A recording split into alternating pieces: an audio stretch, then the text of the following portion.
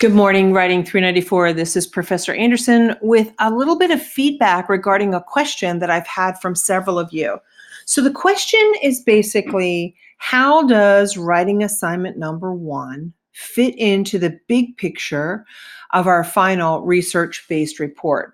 So if we take a look at week number 1, I'm using my content tab, and if I go down to week number 1, I'll have all of the information and assignments for the week.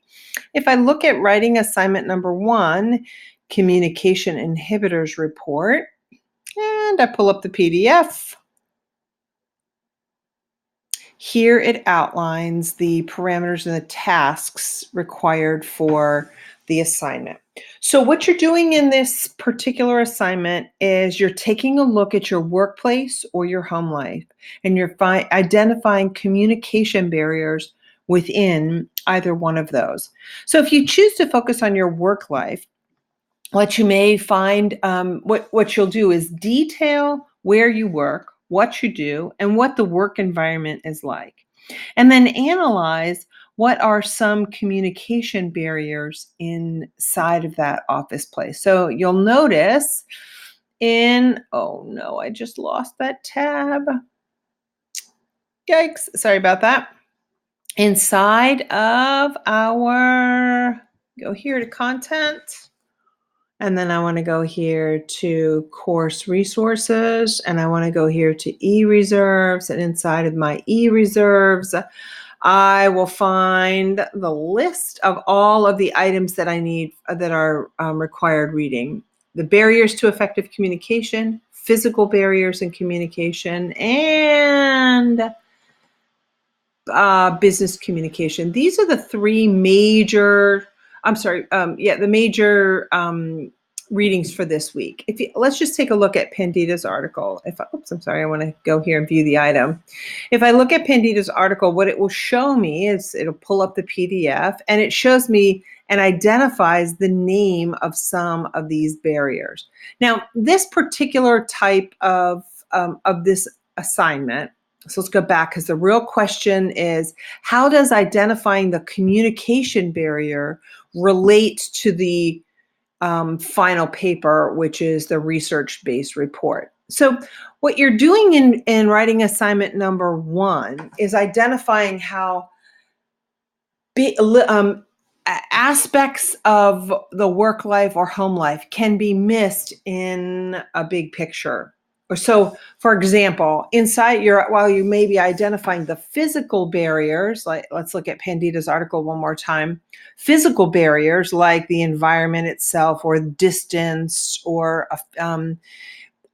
ignorance of a medium, so communication errors, like maybe you use too much email and that's not really working so great for all of your employees, or your other types of perceptual barriers or emotional barriers. You're going to learn about all these different types of barriers. One of them will become more prominent, and you'll realize, or one of them you'll realize and identify that it is perhaps more dominant in your workplace. And within that one kind of barrier, you may notice an obstacle that is particularly impeded by that. For example, let's say if environment itself, some barriers are due to the existing environment. For example, maybe you have 400 people crammed into one floor of an office space that all the workers are within individual cubes, or maybe 2 workers share an individual cube, and it creates a host of other types of barriers. One of them being inside of there an emotional barrier. So that emotional barrier can be that the noise, let's call it a noise barrier, which is another part of an environmental barrier. So let's say inside of that office space, it's just too crowded, and we have this additional barrier of a noise barrier. And what that does is filters down into work production.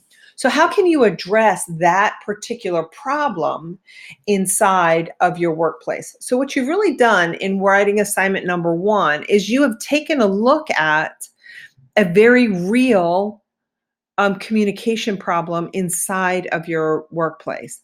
And then you've identified additional elements that are impacted by that very real communication barrier.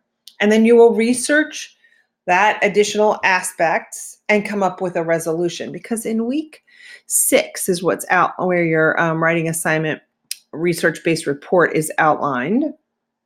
And as I get to here, I get to this research-based report. And what you'll notice is that the paper, I'm sorry, I apologize, I didn't have this up. You are going to find a problem or project. These are some of the things, some of the topics. These topics will be related to your investigation of your workplace or your home life.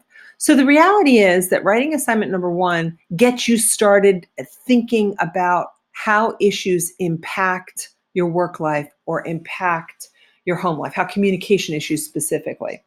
And then you will detail which area is most impacted and then learn how to address the area, approach a resolution, propose a resolution, and all of that within written form. So I hope that that helps to give a better understanding of how research or how writing assignment number 1 connects to writing assignment number 6. I mean, sorry, number 4, located in week 6. They are, this is the baby step. We're just beginning to understand communication and the effective communication. And then we will understand how to research that communication idea or that communication centered thought or problem or issue, how to support that research in a written form, how to propose it appropriately to a decision maker, and then how to formalize it within the jacketed approach of a research-based report. So I hope that that's helpful. Week number 1 begins your journey. Writing assignment number 1 begins your journey of learning how to look at an issue to identify the problems that may lie within it.